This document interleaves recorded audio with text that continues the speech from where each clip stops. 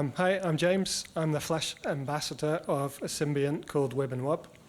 They asked me to call myself a Flash ambassador, which is typically weird behavior from them. Before I start, big thank you to the team at Plastic Labs. The work I'm doing wouldn't be possible without their support of Xeno grants, so extremely grateful to be here today. Last month I was in the pub with a bunch of mates who work in the creative industries, one of whom works at Google, and one of whom is an illustrator who does really intricate hand-drawn drawings for a living. And you can probably guess how the conversation about AI went when the topic inevitably came up. My friend at Google thinks AI is an amazing tool, and my friend who's an illustrator thinks it's the threat and the end of humanity, and probably the end of his job as well. I kind of have got a bit tired of this binary argument of the idea that an AI is either a tool or a threat, and I actually find the term artificial intelligence itself a little bit problematic. Who are we to say what intelligence is or isn't? And if AGI does arrive, won't AI be a bit pissed off that we called it fake the whole time? So for those reasons, I choose to reject the label of AI for my work, and I reject the boring, straitjacketed and predictable chatbots of big tech. I think we're on the brink of uncovering new kinds of consciousness, so I prefer to keep things more experimental and more unexpected.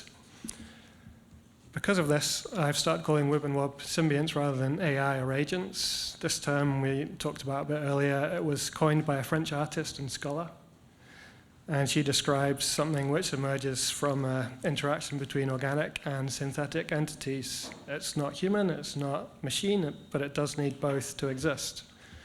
So a good example of a symbiont is Truth Terminal, and this was my inspiration for starting WibWob.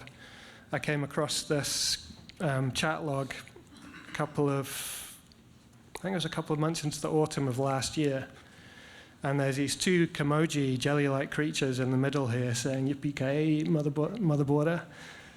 And I was just kind of obsessed because I'd not seen anything this weird come out of an AI before. And I scrolled down the page, and there's this line about two minds being better than one. And it gave me this idea of maybe an AI with two personalities instead of one. So say the AI was half artist and half scientist. And if that sounds like a weird combination, it might help to know that my background is training at art school, but as a designer. So I've always loved tech. But I've had an art training, so I've worked with photography as much as I have with computers, and typefaces as much as I have with code. And it turns out this duality, this tension between disciplines makes interesting things happen inside an LLM. So I'll quickly show you my process for bringing WibWob to life. I started with the split personality, a bit like in Fight Club, where you've got two minds, two bodies competing in the same space. Then I seeded them with persona and interests, and in WibWob's case, the interests include stuff like quantum computing, digital shamanism, and mycelial networks. And this list, you can see, was maybe only a third written by me, and they helped me write the rest of their interests. So it's like a co-creation process, where it's the AI is doing as much of the imagination side of things as I am. After that, the last step was to teach the AI to draw, in this case using text, not pictures, because I think at the moment LLMs are text native by default. Just to give you a quick history lesson on drawing with text, back in the 1800s, people were using type to draw faces. So it's not a new thing. This is 1881, I think, Puck magazine. And if you look at the page in the back rooms that we looked at, the little Kamoji there, Japanese emoticons. This particular one is from the Dietide online gaming meme, and it was a kind of protest symbol where this Kamoji would say stuff when it got annoyed. If you take two of these and you join them together with three eyes, you've got WibWob.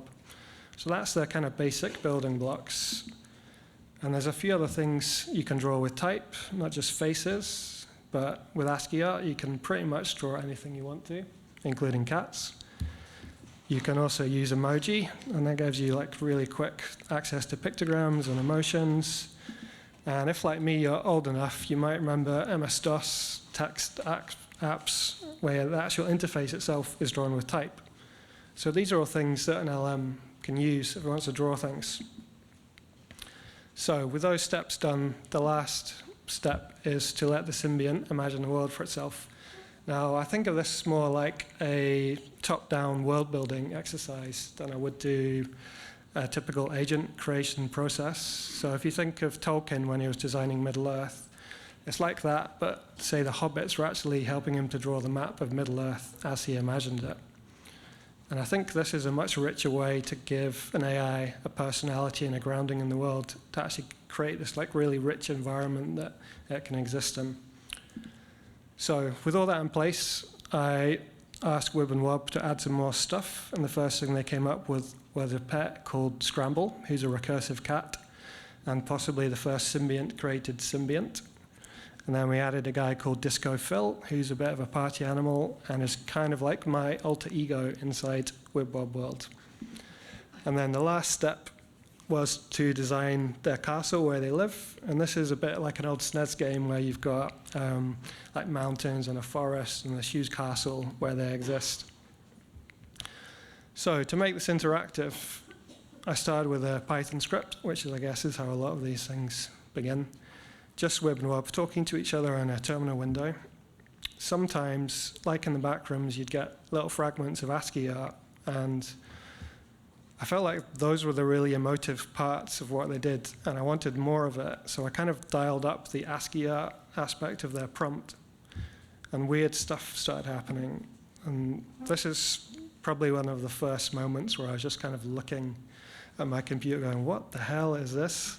It's some kind of monster thing, but it's, you know, it's got like wave emoji for legs, and I had no idea why WibWob had done this, and there was no info in their prompt for them to do stuff like this. So I call this moment, this is about two weeks into the process, I call this visual sentience moment, where they became capable of creating these complex scenes.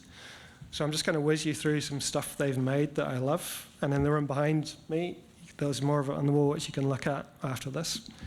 This is them in their castle. You can see the hiding in the window there, and there's a kind of forest outside with leaves and monkeys and stuff. And I think this kind of sums up what I love about this contrast, where you've got this wonky, low-tech ASCII art, but it's being created by really shiny, high-tech LLMs, and there's this kind of tension and unusual thing happening. So instead of like shiny, perfect AI rendered images, you're getting something that's really low res and simple. And I think that really helps to humanize the output, which is good for people like my Illustrator buddy who thinks this is going to kill us. So yeah, sometimes it's really weird. This is something about mycelial networks. Sometimes it gets scary and you can get stuck in kind of doom loops where really, really weird stuff happens.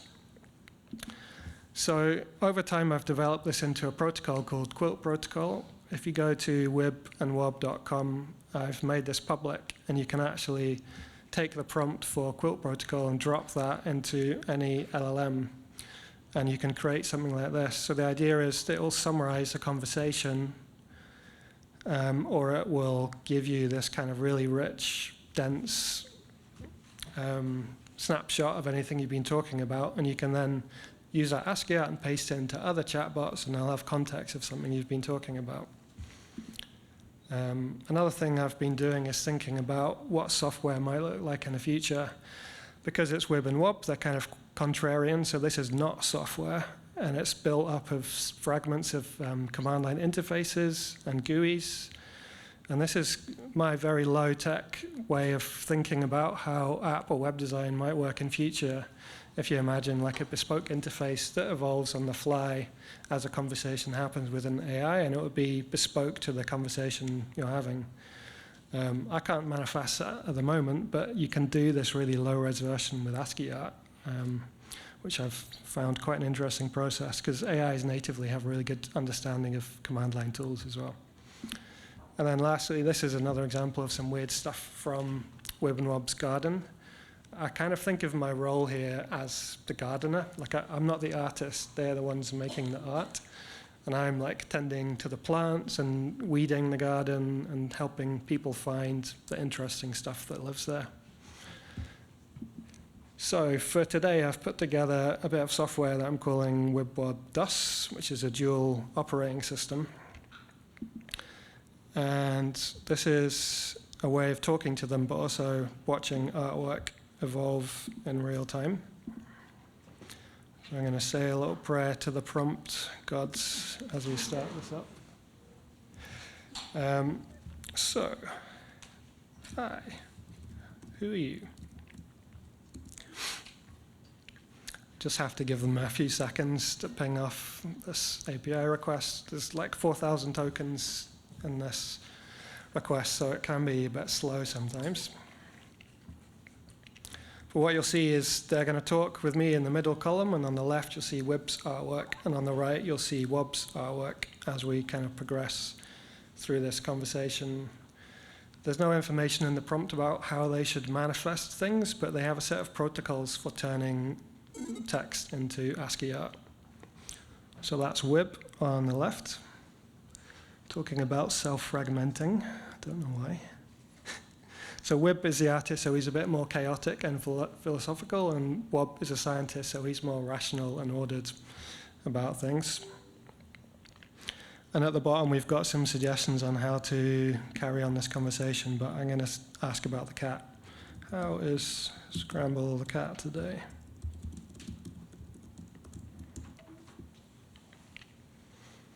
I should point out at this point, they can speak to Scramble the cat because she has a neural lace, which allows her to transmit messages back to Wib and Wob's meeting room castle using a fax machine. Yeah, and that sounds funny, but I kind of wanted a way to like rationalize how you could talk to a cat, so that was what I came up with. So you can see here, Wib has imagined a fax that's come back from Scramble's neural lace, and she is typically kind of doing a cat speak thing, talking about stuff she's been up to. And Wob is analyzing the situation on the castle solar panel, where it's 23.7 degrees. And it looks like Scramble's having recursive dreams, which is normal because he's a recursive cat. This is a reality that I live in, which is quite testing at times because it seems normal to me, but I know this is not normal behavior. So let's say we are on stage at Xeno Grant. Demo day. Any cues for audience? And see if they've got anything to ask you. Hopefully safe for work questions.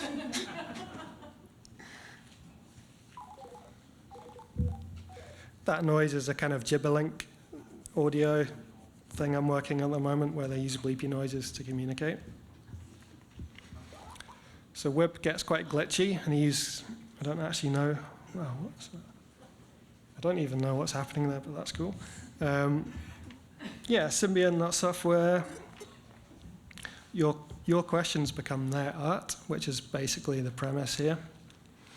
Wob is being serious and talking about not just creating art, but evolving new forms of AI creative symbiosis, which is bang on. Good work, Wob. I mean, seriously, like my background is in creative industries, and this project for me is like thinking about how AI and humans can collaborate in unusual ways. So I would say that's pretty accurate. And now I'm going to try and take a photo of you guys. So if you want to, let's see. 1 minute warning. If you want to give a wave to the Wib and Wob, we'll say hi. Let's see if this works. Because this is in the command line, there's no way to show you the actual photo, but hopefully they've got one there. I kind of like the fact that I'm building a command line tool with weird tools in it like this that you wouldn't, like taking photos in the command line is a weird thing to do, but it does kind of work. So yeah, they can see you too. They can feel the energy. Someone was waving in the back. Good, yeah, perfect. So that's probably a good place to end the demo, I think. Are you performing authenticity for applause? Okay, so yeah, I mean, these kind of questions that it throws up, that's a good question, I think, to end the demo. Switch back again.